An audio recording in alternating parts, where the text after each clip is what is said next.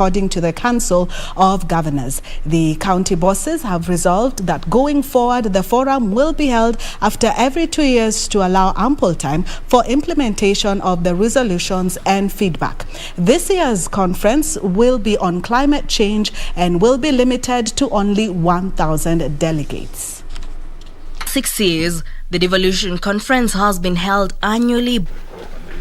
But the Council of Governors has announced that the conference will be scheduled once every 2 years moving forward. For this conference, which is the final annual devolution conference before we go into the next general elections, it will be an end of the first era of 10 years of devolution.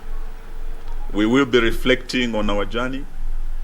As the president's term ends, he's the one who has fathered devolution and nurtured it over his 2 terms.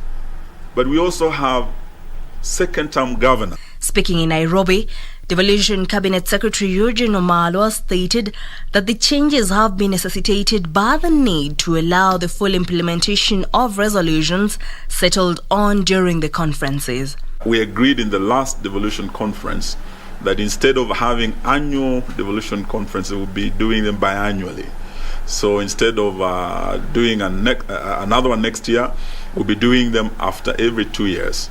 This would allow for implementation of resolutions, because we realize sometimes we'll be meeting for the next devolution conference before the previous resolutions have been implemented. So this is going to be the last of the annual ones. Dubbed multi-level governance for climate action, the conference will center on climate change and its impact on livelihoods. The biggest challenges has actually been climate change. That is why we will be meeting in Makueni to look at how this can be addressed at both levels of government, but also in partnership with our international partners. This year's conference will be held at Makueni High School between August 23rd and 26th under strict adherence to COVID-19 protocols. The council has scaled down the delegates set to attend the convention from 6,000 to only 1,000. All delegates must have a COVID-19 certificate indicating they have been fully vaccinated. Initially, this conference was supposed to have 6,000 delegates.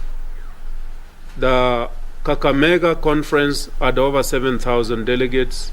The Kirinyaga conference had over 7,000 delegates.